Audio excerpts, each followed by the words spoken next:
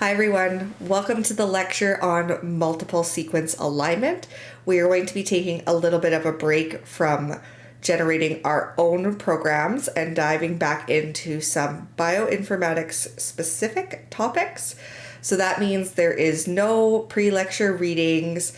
These lectures will also be a little bit more traditional lecture style, so less focused on exercises, but we do still try to throw some of those in there.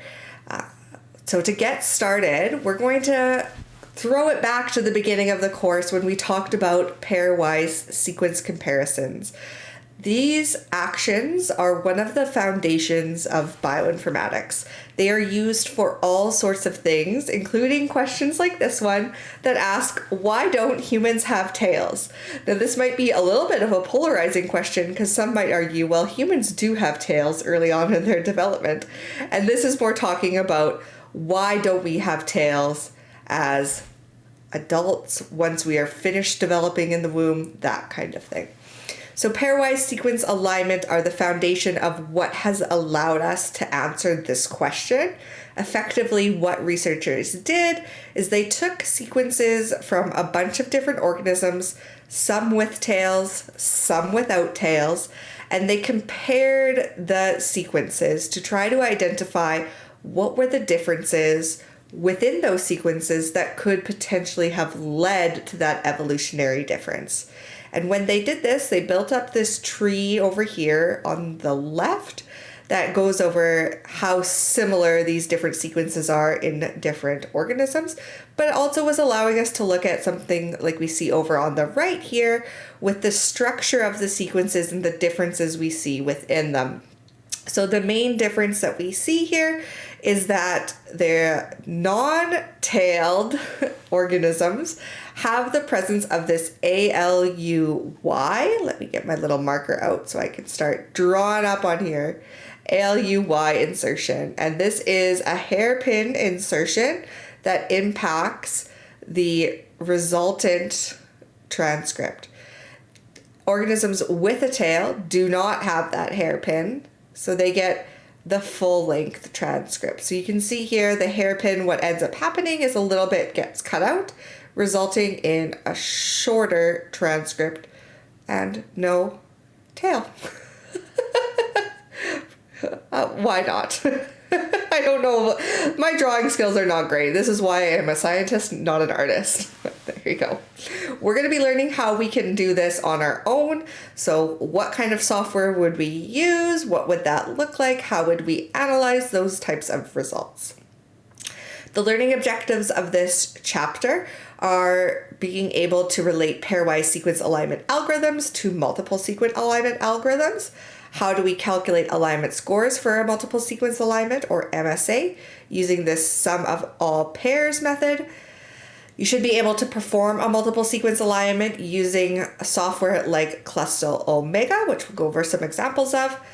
You should be able to interpret the results of a multiple sequence alignment and then explain how a progressive alignment works. So after you watch this video, when you're studying for something like the final, coming back to these learning objectives is a really good way to give yourself a gut check on whether or not there's maybe something you should come to help hours about, get some more assistance with. If you really have all the material down pat, this is going to help guide you in that. So just to refresh our memory, sequences often come in different groups of, or what we would call families. We talked about what paralogs and orthologs were at the beginning of this class. So remember, paralogs are sequence variants that are within the same species. Orthologs are within different species. So para, same, ortho, other species. Oh, I don't know. That's how I learned it way back in the day. There are also families of sequences that are just variations within the population. So for instance, if you think of all of the humans that are on Earth, we don't have all of the same genetic information. There is variation within each individual in that population that gives us unique characteristics, whether that's how we look, whether that's things like health information or health or diseases, etc., etc. I have Crohn's disease, so I carry a special variant that is related like way back to the Black Plague.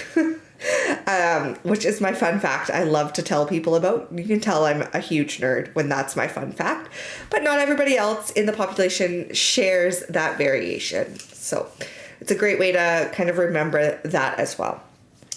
The one problem with pairwise alignments is they don't always capture this familial relationship. So these groups that these sequences can come in, and how do we identify those variations within it when we're just looking at two sequences? That can be really tricky to identify for something like a whole population or a whole species, or comparing a whole bunch of different species, etc., etc. So that's where multiple sequence alignment comes in. Multiple sequence alignment is effectively very similar to a pairwise sequence alignment, but instead of just aligning two sequences, we're aligning 3 or more sequences. The goal is to align homologous amino acids or nucleotide sequences across the entire length of those sequences. The homologous in the slide is highlighted in red because it's an assumption. So if you remember back to when we were talking about sequence similarity and we were saying, oh yes, we're trying to measure similarity to find out if two different sequences are potential homologs. And while we can't be confident about whether, like 100% confident about whether two sequences are homologs, we can make that assumption based on certain factors within those pairwise sequences. And similarly with multiple sequence alignment, just because we do a multiple sequence alignment, we're not going to be able to say, yes, 100% certain these 3, 15, whatever number of sequences are homologs, but we should be putting on our biology hat to try to generate and only use sequences in these types of things that we are pretty confident would potentially be homologs.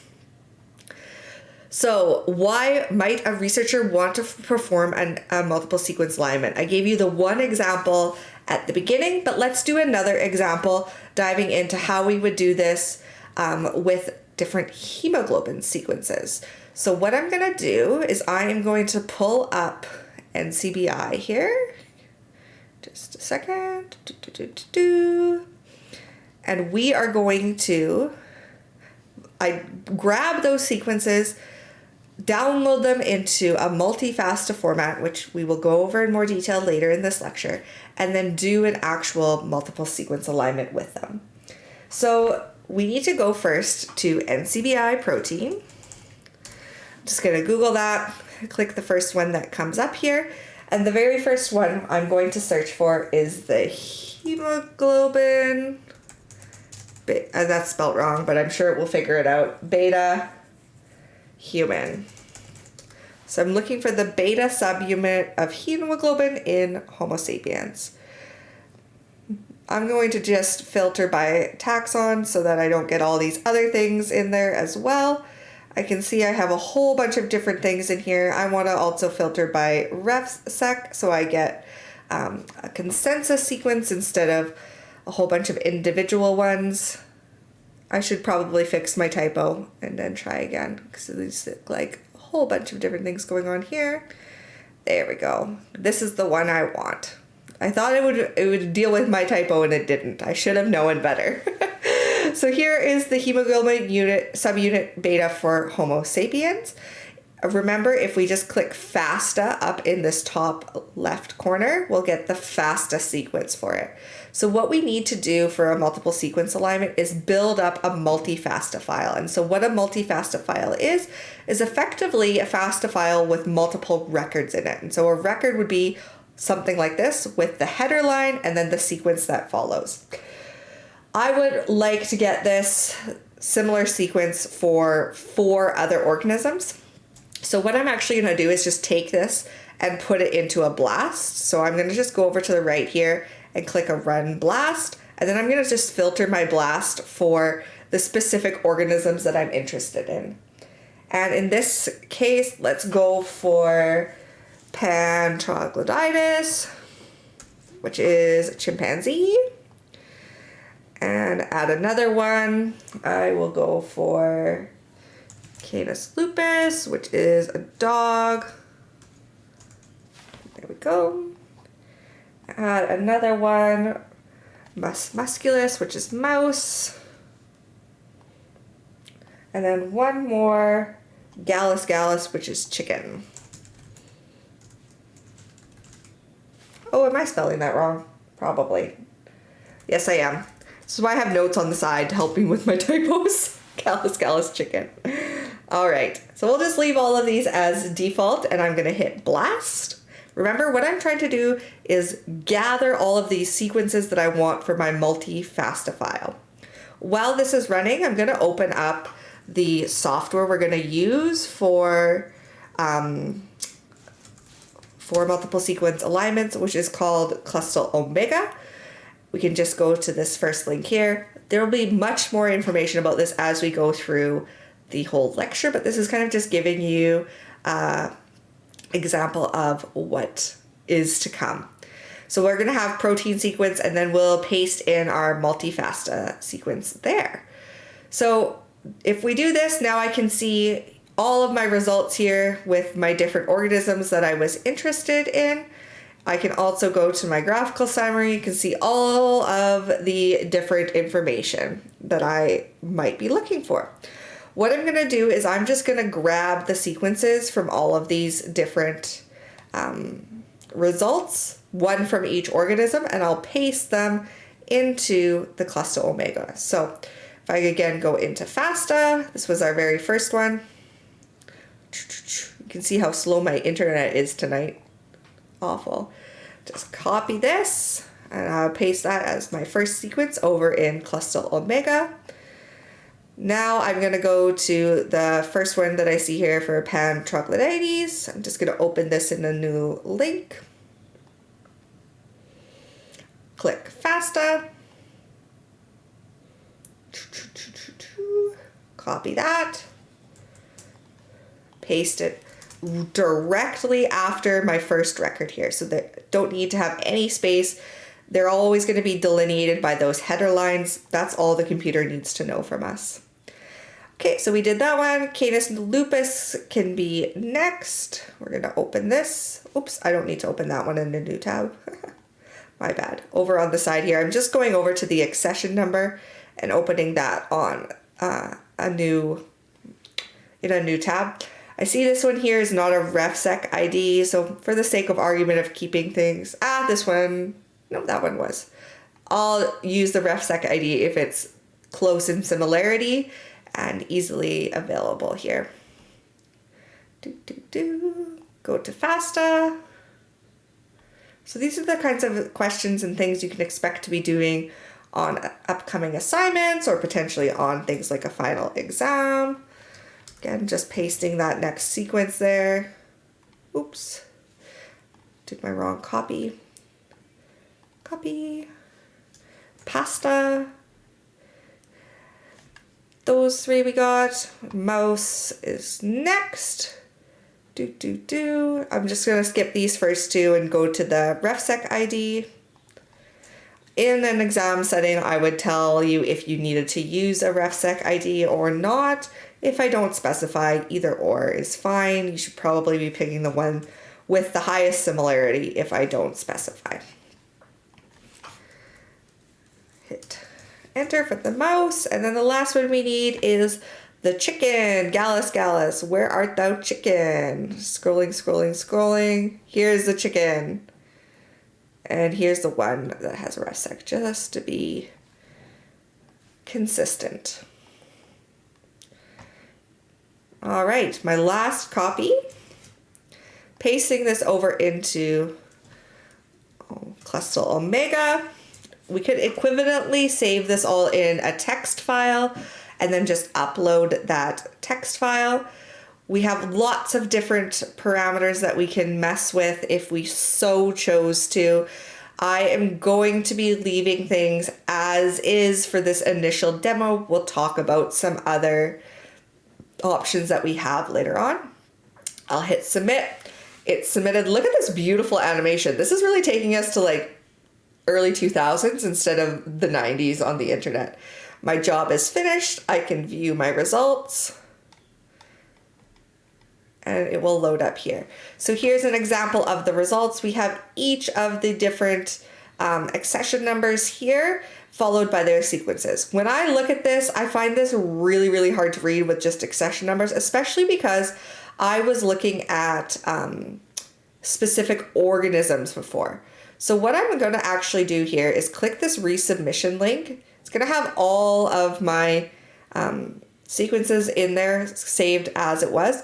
I'm going to get rid of the accession number. I'm just going to keep the organism name so it's easy for us to compare. You can kind of flip things around in these header lines for multiple sequence alignments, just to make those outputs really easy to understand when you're looking at it in those kinds of visualizations. So most musculus and gallus. Okay, and then I'll leave all this the same, hit submit again, get my little funky animation. I'm really obsessed with these little dots dancing around on my screen. Love that. Hit view results again. It should load up. And now you see we have the different, at least the beginnings of the organisms. So up here, first line is chicken, then we get mouse, humans, chimps, dogs. And with this, you'll see we're doing this global alignment, so from the beginning to the end, and it's trying to align to give the best option for the different columns we have. This line that we have down here tells us things about whether every single line has the same amino acid or nucleotide. That would be a star. If it has different ones, we often get a gap. If it is different amino acids but in the same amino acid family, that would be conserved. We get the semicolon. And if it's different amino acids but similar-ish, we get semi-conserved. So conserved is like the amino acid families. The semi-conserved would be things like, in this case, we have a glycine and an alanine. Those are both relatively small, getting a very similar function out of those. So oftentimes when we're doing things like this, with a multiple sequence alignment, we're looking for regions of consensus. Those regions of consensus, especially with protein sequences, often help us identify what is the most important sequence for the function of that protein. And so in this case here, you see in the middle, we have a fairly long, relatively long stretch of amino acids that are identical between all of these different organisms. That's going to give us a lot of confidence that this probably has something to do with like an active site in the protein. Maybe something is binding there that's really important. But if we're seeing that across a bunch of different organisms, it must be evolutionarily important to have those amino acids in those positions. So it gives us a lot of confidence that maybe that's what we need to look at to try to identify the structures of proteins or functions of proteins, those kinds of different things. We can also show this alignment with colors. That's often done. So the colors correspond to the different amino acid families. So then you can really see here why we get things like the semicolons when we have all of these within the red family, and then the dots when we have, say, mixes between the green family and the red family. Different things like that. That's a very, very common way of seeing those different results. Within this, you also get to see all sorts of different things. So this is how alignments used to look when I first started in bioinformatics. Lots of highlighting. People would put them into like Word docs and highlight away. It was interesting. It was special. Just a different way of visualizing the same kind of information. Lots of different color schemes that you can choose from. The guide tree, which is used to build up the multiple sequence alignment, we'll look at it from that, is available. So this is what a guide tree would look like in a text format. We can then take that and put that into different software to actually build out something that looks like a family tree. We can also see estimated phylogenetic tree, again, when we're looking at it, and this is what we would call a flat file. So flat file is anything like a text file, just like some text-based representation of something. It looks kind of hard to interpret. It uses brackets to show different groupings on that tree, but we can take that and we could put it into some tree viewing software, which we'll talk about later, to make up that beautiful visualization.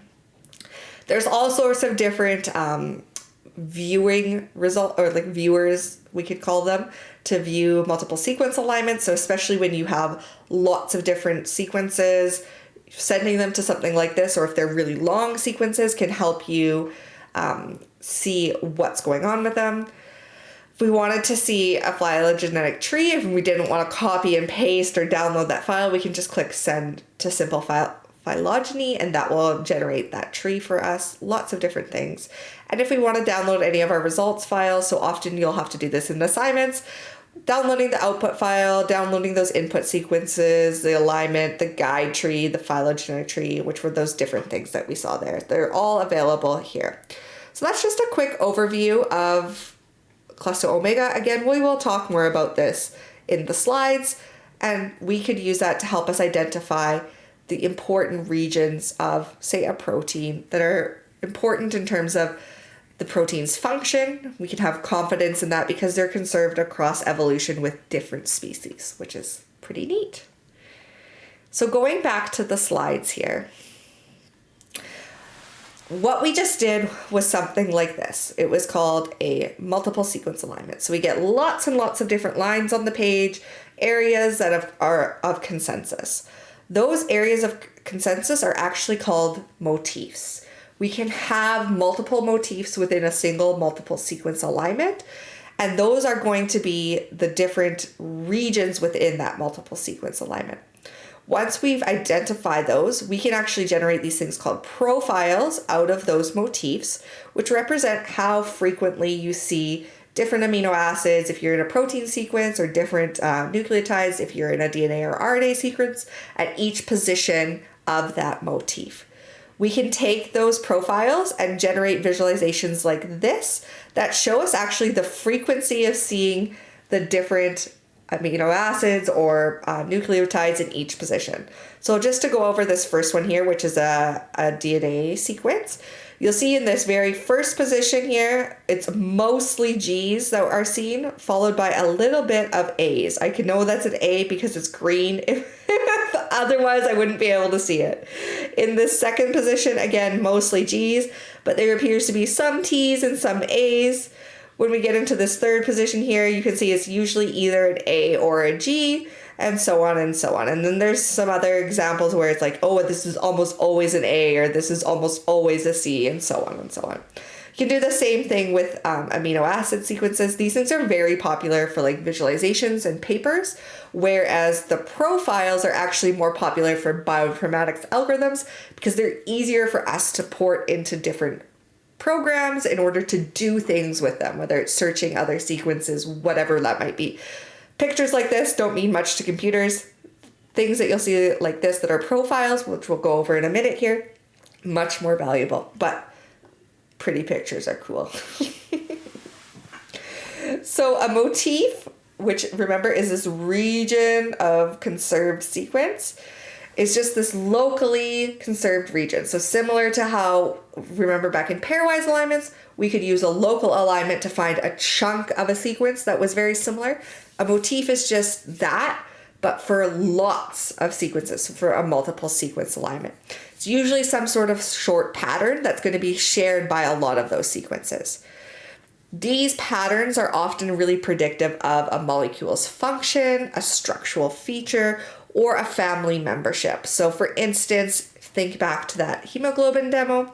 If we had a new hemoglobin sequence and we wanted to know which subunit it was most similar to, we could build out a multiple sequence alignment for subunit beta, subunit alpha, etc., and see which one it pulled out those conserved regions for. It would help us be able to identify, for unknown sequences, which family they belong to. These motifs can be found in any kind of sequence, so protein, DNA, or RNA, and they're often displayed as patterns or the sequence logos. So these are sequence logos, these images here. The patterns that we would see are things like this. So in this case, it means our first column would be either A or G, followed by 4 of any amino acid, followed by a G, followed by a K, and then followed by either an S or a T. So our square brackets means whatever is in those square brackets, one of those amino acids. These parentheses, or I want to say curly brackets, but curly brackets are different. They are parentheses, mean that we're just repeating something some number of times. So a sequence profile, which remember, if we go back a few slides, we take our motif and we can define our profile, which is how many times we see either specific nucleotides or specific amino acids in each position within that motif. Looks something like this. So here is our multiple sequence alignment, and down here is what we would say is the profile. So in this case, it's a nucleotide sequence, so we just have to represent the A's, the C's, the T's, and the G's. And then within that is a count of how many times we see those nucleotides within that position of the multiple sequence alignment. So I like to label these out by columns because that's how my brain thinks. So we have column 1, column 2, column 3, 4, 5. And then each of these columns that we would see here in the profile are corresponding to those columns in the multiple sequence alignment. So you see for column 1, we have 1 A, which is represented here, and 2 C's, which is represented here. We see no T's or no G's, so those get a value of 0.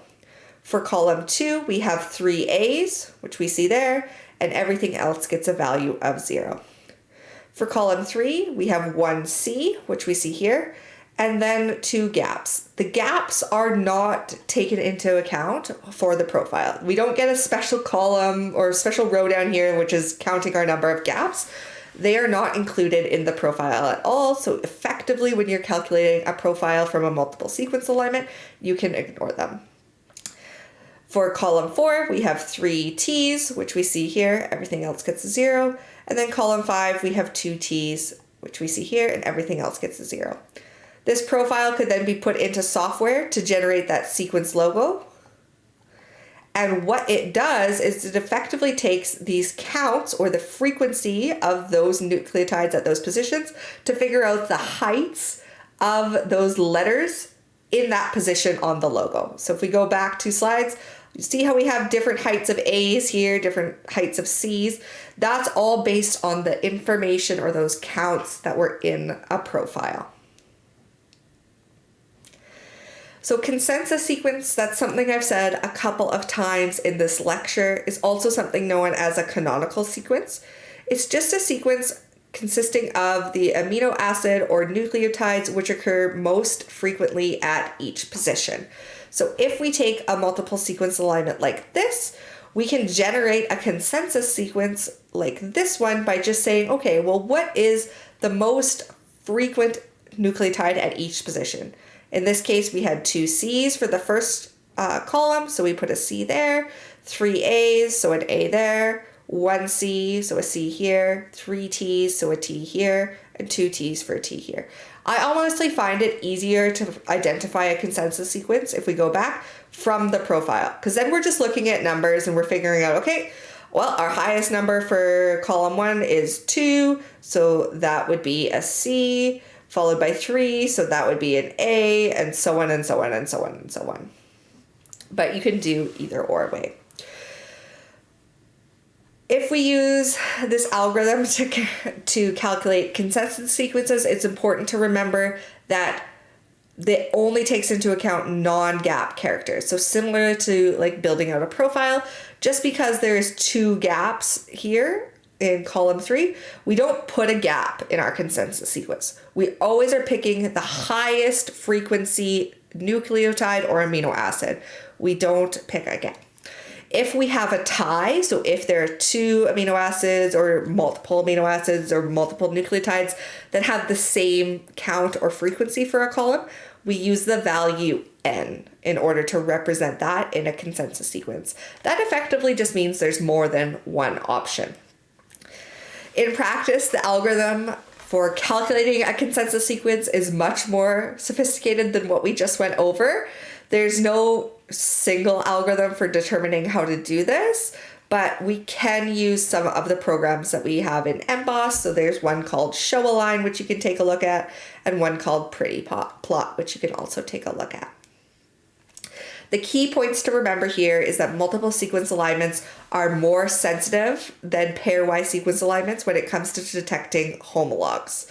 They try to fill in missing details by providing evidence from multiple evolutionary paths that could be independent. So instead of just looking at two organisms to try to determine if they're orthologs, we could look at 15 organisms to try to identify the different groups of orthologs that might exist there. Oftentimes, multiple sequence alignments are the first step of many bioinformatics programs, such as predicting phylogeny, which is like looking at evolution. We will talk more about that later. Looking at predicting protein structure is very important because oftentimes key parts of a protein structure are those conserved regions within a multiple sequence alignment, or detecting variation that is occurring within a population. One thing to note that because this is the first step, if we have errors in our multiple sequence alignment, they will just get magnified in downstream analysis. So we really need to make sure we're picking the best multiple sequence alignment in order to mitigate those downstream errors that we could see. So how do we pick the best? Of course, that's what you're asking, right? Similarly to what we did with pairwise alignment, where we would look at the different columns in the alignment and say, are those a match? Are those a mismatch? Or are there a gap or a gap extension? And we would give values and we would score those out. We do the same thing with multiple sequence alignments, but it's called the sum of pairs.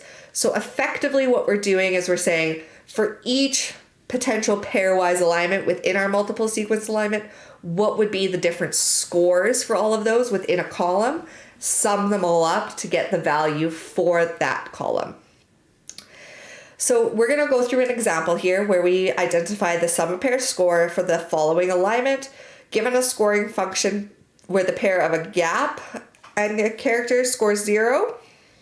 Where the pair of gap characters scores 0, and otherwise a pair of characters scores 1 if they're identical, and -1 otherwise. And so we're going to go back to this little multiple sequence alignment example that we used for the motifs as well.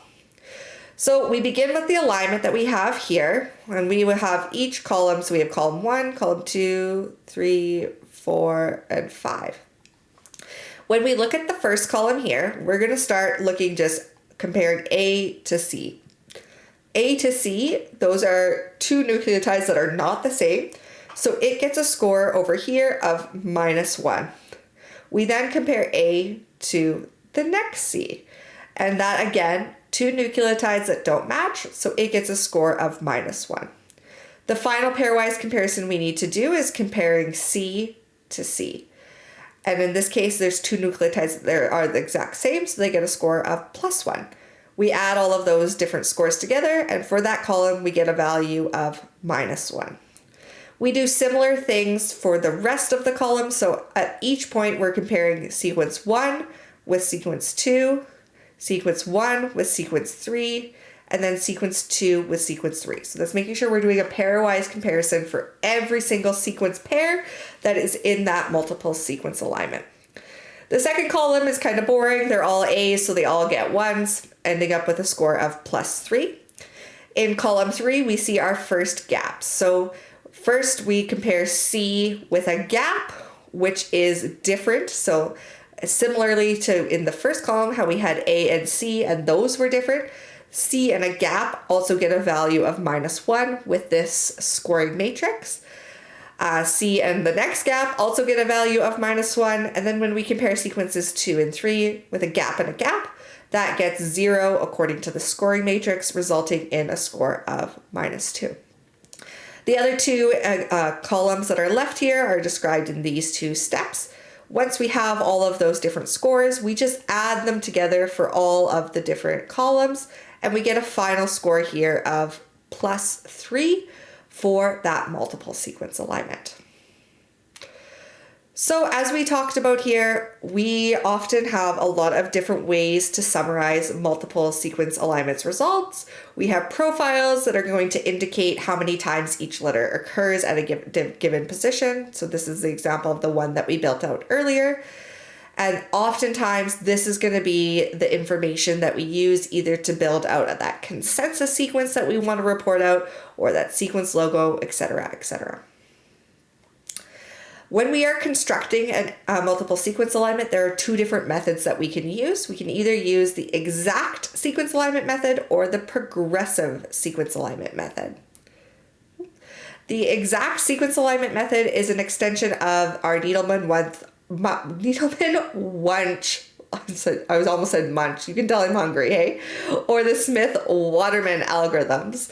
As a pop quiz to remind ourselves about these algorithms, can you remember which one of those is for global and which one is for local alignments? If you can't, go back a few lectures and remind yourself what those are. If you're having trouble finding it, stop by labs or help hours and we can help work you through it. With exact sequence alignments, we run into this problem here. So the amount of time it takes for computers to construct a multiple sequence alignment grows exponentially with the number of sequences. So that's, excuse me, just like if we had a disease outbreak and we're growing exponentially, it's that really, really steep curve up before it flattens out. So because of that problem, we can only use exact sequence alignments for less than 20 sequences in a multiple sequence alignment. A progressive sequence alignment is what we can do if we have more than 20 sequences. It's the one that's going to be most commonly used for multiple sequence alignments because we're often comparing a large number of sequences in our multiple sequence alignment. So the general idea with this progressive sequence alignment is that it's going to start by aligning the two most similar sequences and then adding other sequences into that existing alignment from most similar to least similar. So it needs to do a little bit of pre-work to identify, well, what is the most similar and what is the least similar? Cluster Omega, which is what we used for the demo, is an example of a program that does use this progressive sequence alignment algorithm. Here is the website, or you can just Google it like I did. And so what it does is it does that pre-work at the beginning.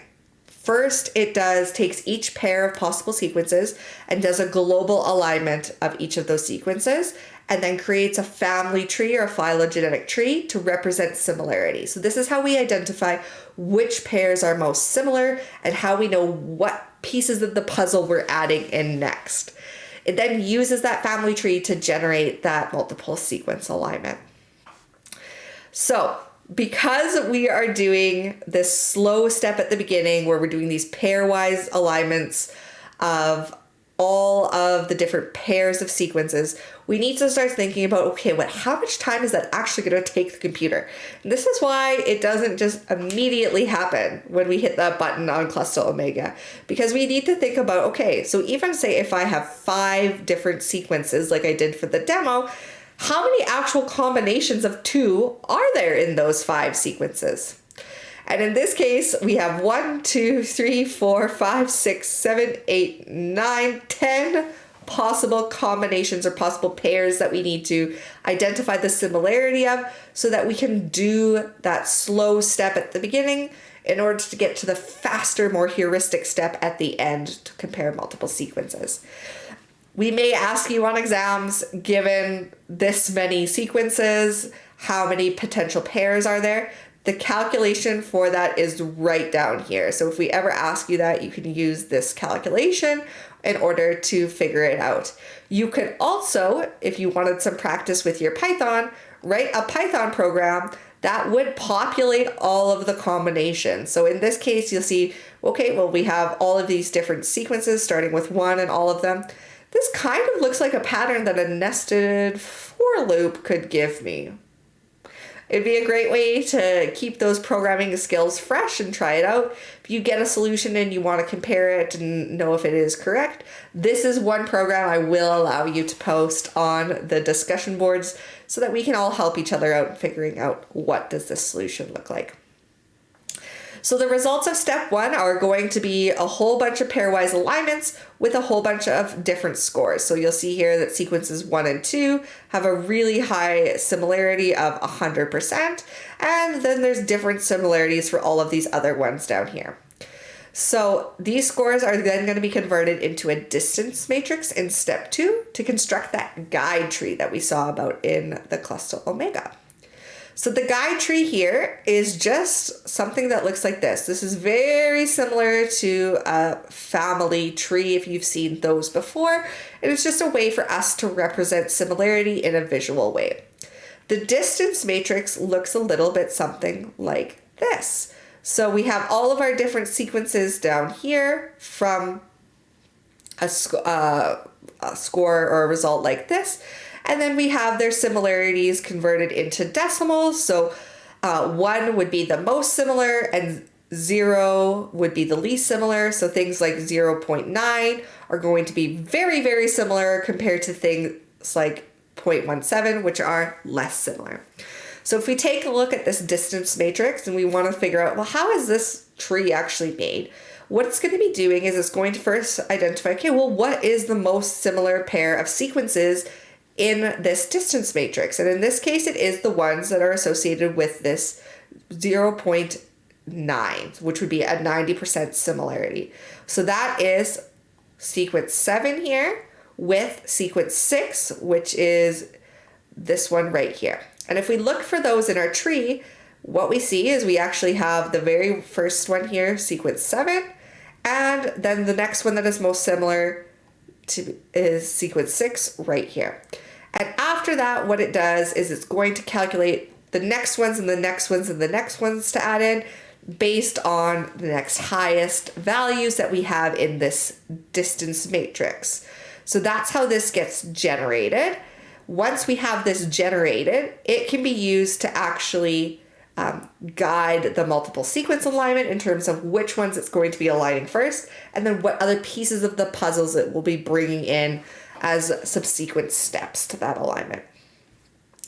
So a guide tree is not a phylogenetic tree, which would be like the family trees. A true phylogenetic tree is going to be much more accurate. We will talk about this in later lectures. It is a very common task in bioinformatics that you do need to learn about in this class. When you want to view the guide tree, you can click to download the guide tree data in Omega or Cluster Omega and go to different visualization sites like Drawgram, Philodendron, or the Interactive Tree of Life. Upload that downloaded file. So remember that one with all the brackets, and it will generate an image like this one for you. So you can actually visualize those results in a lot more user-friendly way. So the result of that is going to look something like this. You'll see when we see it like this, our most similar ones are going to be the ones that are grouped together closest to what we would call this root of the tree. And then our next similar one is going to be the one that's closest to that grouping, followed by the next similar one, and then followed by the most distance one. So down here, you can see just a summary of which ones are the most similar and which ones are the furthest away. From that tree, we then generate the multiple sequence alignment. So we would take, for the sake of argument, these two most similar sequences, do that pairwise alignment, and then once we have that, we would add in the other sequences starting from the top of the tree going down if the tree is oriented in this fashion. We continue to do this until all of the sequences are added, and how we actually do this is by once we have created that first initial pairwise alignment, that pairwise alignment becomes a profile, which remember is the different frequencies or counts of amino acids or nucleotides at a certain position. And then we align that profile with a new sequence that then gets converted into a profile, and we add it to the next sequence, and so on and so on and so on until no sequences remain. So if we had these three sequences here, we could say a phylogenetic tree looks something like this. So most similar, first here, this is the root of our tree in this case, up at the point here. The two most similar are cat and catta, followed by this outlier that we have over here. So we would start with a pairwise alignment between those two, generate a profile, and then align that profile with this final sequence here. So this is what this would actually look like. Here is our alignment between those two most similar sequences. That gets converted into a profile that looks something like this. We then take that profile and we align it to this one here. So this here could be described by this profile that we have here, which is all three of those things aligned together. So you can see how we took this visualization of that pairwise alignment, and then we showed how that would line up with this other sequence that we have here. The results. So we showed an example of this when we looked at the hemoglobin sequences. We get all these different lines of sequences. If you want, you can turn the colors on, and then we get these symbols down here at the bottom. So here is just a legend reminding exactly what all of those different symbols mean, but I already described that when we went through the demo. As I mentioned too in the demo, it's often helpful to include things like the organism name within that. Here it shows you exactly how to do this to not get the error I had. So remember, I let spaces exist in my headers. When you have spaces, the program truncates at that space. If you want to keep that information, you need to use underscores instead. Blame this on the fact that computer scientists just hate spaces. So we have to get used to using underscores. And this is the example of the multi-FASTA file that was used in the demo just for record. So remember that it has multiple different sequence records in it. A single record for a sequence is indicated by the header line, followed immediately by the sequence. We don't need any spaces in between here. They can just go one after another. The computer will be able to figure that out. So I want you to go and do this exercise on your own to see how much of this you feel comfortable doing. If you run into any problems, again, labs, help hours, my help hours, we are here to help you work through this. But what you want to do is try to generate a multiple sequence alignment of the three 12S ribosomal sequences from quagga, zebra, and donkey to see if quagga is a relative of zebra or donkey. So you should be able to identify which one it's most similar to. So the general steps you'll use to do this are searching for the sequences in NCBI, generating that multi-FASTA file, and then running Clustal Omega to view and visualize the results. When you have this, if you have any questions when you're doing this, again, post on the discussion boards, come to help hours. We are here to help, I promise. All right, so going on to the last topic of this lecture, this is all about databases. So as bioinformaticians, we love databases. You'll remember from back at the beginning of this class, we talked lots about the different kinds of databases that we use. And guess what? There are more databases for multiple sequence alignments. So EBI has a collection of popular algorithms that can be used for multiple sequence alignments at this link here. Each has relative advantages and disadvantages. We will always use Clustal Omega for this course, but you might hear about others if you go into a research lab in the summer, etc., etc. NCBI has a tool called Cobalt that they use for multiple sequence alignments, available here. And both of these ones are using that progressive sequence alignment algorithm that we talked about, where it has that heuristic part. So it has the pairwise alignments at the beginning, and then the heuristic part of adding in the next most similar sequence to generate that multiple alignment. There are also databases of pre-computed multiple sequence alignments that you can take a look at as well. This is in contrast to Clustal Omega, which computes custom alignments whenever you submit something. To search this pre-computed database, you just need to submit a keyword or a sequence, and it will try to identify either pull out pre-computed multiple sequence alignments related to that keyword or ones that are similar to the sequence that you submitted. PFAM, which is now hosted by Interpro, is a database that holds a whole bunch of different protein families and their domains or their motifs, etc., in there. So all of those sequence logos we seen earlier and the different profiles and motifs that we went over earlier would be things that are found in PFAM. So you can use that search by keyword to try to identify important profiles for protein families of interest or whatever that might be. You can try PFAM if you'd like. and search the database, using PV as a keyword and see what you get there.